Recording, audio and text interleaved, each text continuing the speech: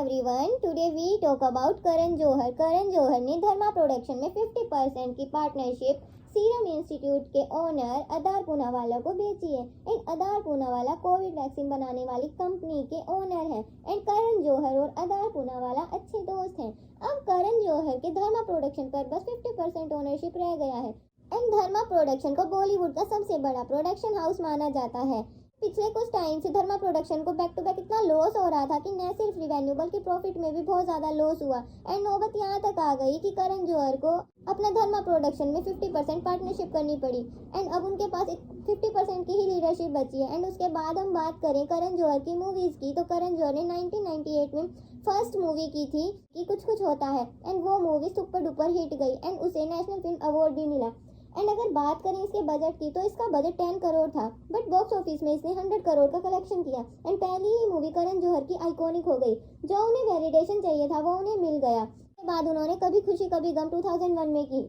And इससे related उन्होंने अपने फादर से बात की एंड उन्होंने बोला कि वो अमिताभ, जया, शाहरुख, काजोल, रितिका, करीना के साथ काम करना चाहते हैं। एंड उनके फादर ने सोचा कि वो इन तीनों के साथ 3 अलग अलग मूवी करना चाहते हैं, बट करण को तो चाहिए था कि 3 अलग अलग जनरेशन एक ही फिल्म में। एंड करण ने ऐसा किया भी and movie super duper hit गई। एंड 1998 टू 2010 तक करण ने कोई मूवी डायरेक्ट की तो कोई प्रोड्यूस की, और इन सब मूवीज में एक चीज कॉमन थी और वो थी Shahrukh in lead role. And Karan was obsessed with Shahrukh Khan and इसलिए वो अपनी हर मूवी के लिए शाहरुख खान को कास्ट करते थे।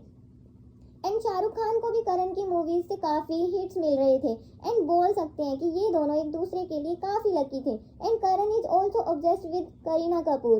एंड करण चाहते थे कि शाहरुख की तरह करीना भी उनकी सभी मूवीज में काम करे, बट करीना ऐसा नहीं चाहती थी। सो उनका करियर भी करण कंट्रोल करे। करीना अपना करियर खुद कंट्रोल करना चाहती थी, इसलिए she is rejected to Karan.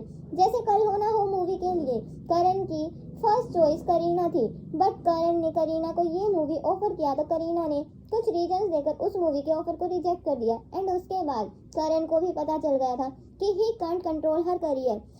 And फिर बात करें 2008 से 2012, करण ने दोस्ताना, वेकअप सेट, कुर्बान जैसी मूवी जो हिट नहीं गई, बट उसके बाद 2012 में आया स्टूडेंट ऑफ द ईयर जो सुपर डुपर हिट थी, जिसमें करण डायरेक्टर, प्रोड्यूसर, राइटर सब थे। मूवी हिट थी। मानना पड़ेगा करण जौहर जैसी इमेजिनेशन कोई डायरेक्टर नहीं कर सकता। मतलब उन्होंने पूरा कॉलेज इमेजिनेशन से बना दिया था, क्योंकि वहाँ ना तो पढ़ाई हो रही थी और ना ही लड़ाई, बस कंपटीशन की तैयारी हो रही थी। एंड ऐसा कॉलेज तो सबको चाहिए होता है। और इसमें करण ने 2 स्टार किड्स को भी लॉन्च किया, वरुण एंड आलिया। शुरू हुआ करण का ऑब्सेशन विद आलिया भट्ट। इसके बाद उन्होंने जितनी भी मूवी की, लाइक हम्प्टी शर्मा की दुल्हनिया, शानदार, 2 स्टेट्स, कपूर एंड सन्स, राजी, डियर जिंदगी, इन सब मूवीज में करण ने आलिया को कास्ट किया। जो ऑब्सेशन करण का करीना के साथ था वही अब आलिया के साथ हो गया था। एंड फिर वो आलिया का नेम अदर डायरेक्टर्स को भी रिकमेंड करते थे, और करण की हेल्प से आलिया को बैक टू बैक मूवीज भी मिल रही थी।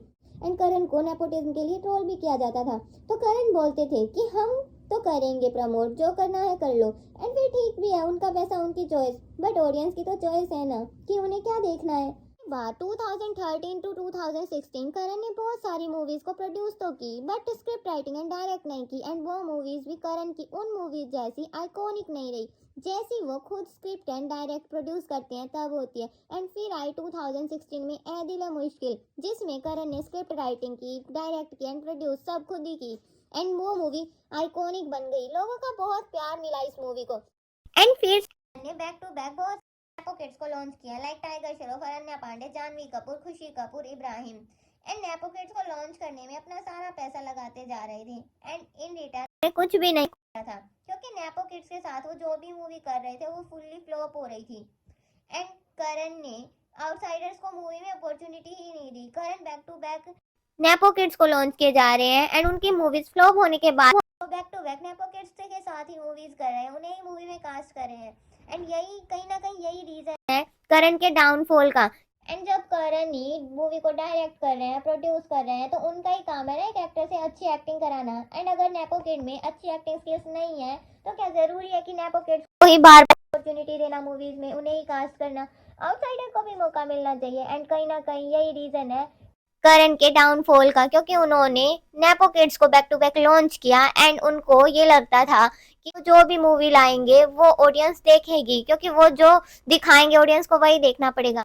बट ऑडियंस बायस्ड तो नहीं है ना कि आप दिखाओगे वो उन्हें देखना पड़ेगा। एंड कहीं ना कहीं इनके डाउनफॉल का एक सबसे बड़ा रीजन था कोविड, क्योंकि कोविड के टाइम पे धर्मा प्रोडक्शन इतना बड़ा प्रोडक्शन हाउस है एंड उसे बहुत लॉस हुआ कोविड के टाइम, क्योंकि जब कोविड चल रहा था तो थिएटर्स सब बंद थे एंड थिएटर्स को खुलने में बहुत लंबा टाइम लग गया था। जो लोग प्राइवेट जॉब्स करते थे उनको सैलरी नहीं मिली एंड जब कोविड खत्म हुआ तो लोगों के पास पैसा ही नहीं था थिएटर्स में जाके मूवी देखने का। इस कारण भी करण को लॉस हुआ, करण की धर्मा प्रोडक्शन को काफी लॉस हुआ इस कारण। पहले अपनी मूवीज की script writing, producing and direct सारे काम खुद करते थे एंड धीरे धीरे जब इनकी मूवीज इतनी अच्छी जा रही थी उसके बाद में इन्होंने ये सिर्फ मूवी को प्रोड्यूस तो करते थे बट डायरेक्ट नहीं करते थे एंड ना ही उसकी स्क्रिप्ट राइटिंग करते थे, क्योंकि स्क्रिप्ट राइटिंग पे तो बहुत कुछ डिपेंड करता है। अगर आपकी स्क्रिप्ट अच्छी होगी तो और एंड आपकी प्रोड्यूसिंग अच्छी होगी, डायरेक्ट अच्छे करोगे आप मूवी तभी तो वो मूवी हिट होगी ना कहीं। यही रीजन है करण के डाउनफॉल का। अब करण नेपो किड्स को लॉन्च तो कर सकते हैं